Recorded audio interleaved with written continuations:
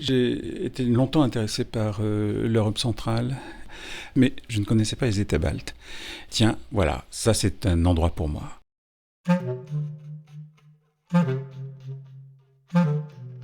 Mon idée, c'était de savoir un petit peu, 20 ans après la chute du mur, l'indépendance de la Lituanie, à quoi pouvait ressembler ce petit pays, à la fois hanséatique, baltique, puis qu'après il y a eu cet empire soviétique qui a imprimé sa marque sans doute sur le paysage et sur les gens.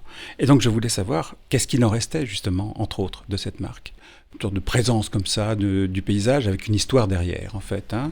Et puis voir comment à l'intérieur de ce paysage les gens circulaient, à quoi ils ressemblaient et s'ils nous ressemblaient ou s'il y avait encore quelque chose aussi de l'autre côté du mur.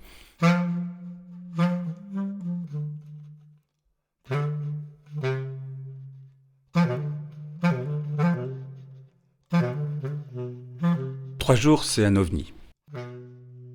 La plupart de mes projets sont des projets qui s'inscrivent souvent sur plusieurs années et qui correspondent à des phases de travail limitées et très intenses. C'était particulièrement intense et limité.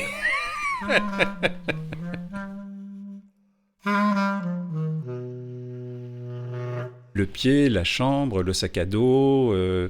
J'étais un peu martien, je veux dire, s'étonnait de voir d'abord un photographe hanter leur parage et qui plus est un photographe français. Alors, la conversation parfois était un petit peu limitée parce que avec les plus anciens, c'est uniquement le russe, voire un peu l'allemand. Bon, je parlais un petit peu allemand, mais pour le russe...